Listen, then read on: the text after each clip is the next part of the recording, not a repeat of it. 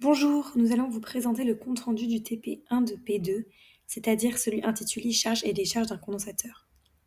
Les compétences nécessaires pour la réalisation de ce TP sont la récupération de données avec un microcontrôleur et l'exploitation graphique de l'évolution de la tension d'un circuit. L'objectif de ce TP sera de répondre à la question: quelle est la capacité du condensateur plein de ce circuit? La méthode utilisée pour réaliser ce TP sera une étude graphique de la charge et de la décharge d'un condensateur dans le but de mesurer tôt le temps caractéristique.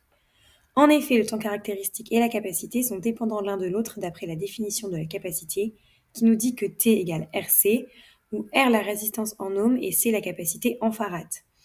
Or, nous connaissons R la résistance qui est égale à 10 fois 10 puissance moins 3 ohms. Voici le schéma et la réalisation du circuit étudié. Nous représenterons le microcontrôleur sur le schéma par un oscilloscope car c'est de cette façon que nous l'utiliserons puisque nous voulons mesurer une tension. Nous allons maintenant voir les étapes de la modélisation de la tension du condensateur.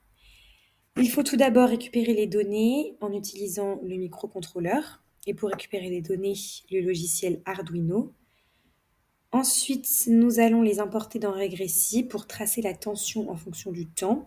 Et il faut enfin modéliser la courbe de cette tension en fonction du temps. Il nous faut ensuite trouver l'équation de la courbe modélisée.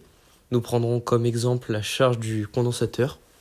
Or, nous savons retrouver l'équation différentielle du circuit qui nous donne E est égal à UC de T plus RC facteur de la dérivée du C de T sur la dérivée temporelle où RC est égal à taux. Et donc la solution générale avec les bonnes constantes nous donne UC de T est égal à E facteur de 1 moins exponentielle de moins T sur taux. Il nous faut maintenant trouver taux. Donc si on exploite la courbe de la charge, on peut utiliser la méthode des 63%.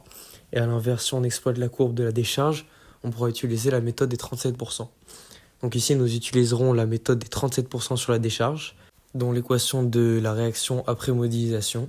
Et UC de T est égal à E exponentielle de moins T sur taux. Et ainsi, à T égale taux, UC de taux est égal à 37% de E. Et pour trouver taux, il faut donc trouver l'ordonnée du point d'intersection entre la courbe temporelle du C de t et la droite d'équation y égale 0,37 E. On a donc pu mesurer taux et on trouve taux est égal à 1 seconde. Il s'agit maintenant de déduire C de notre mesure de taux. Donc d'après la relation évoquée plus haut, C est égal à taux sur R, avec taux est égal à 1 seconde et R est égal à 10 kOhm. Et ainsi, C est égal à 100 microfarads.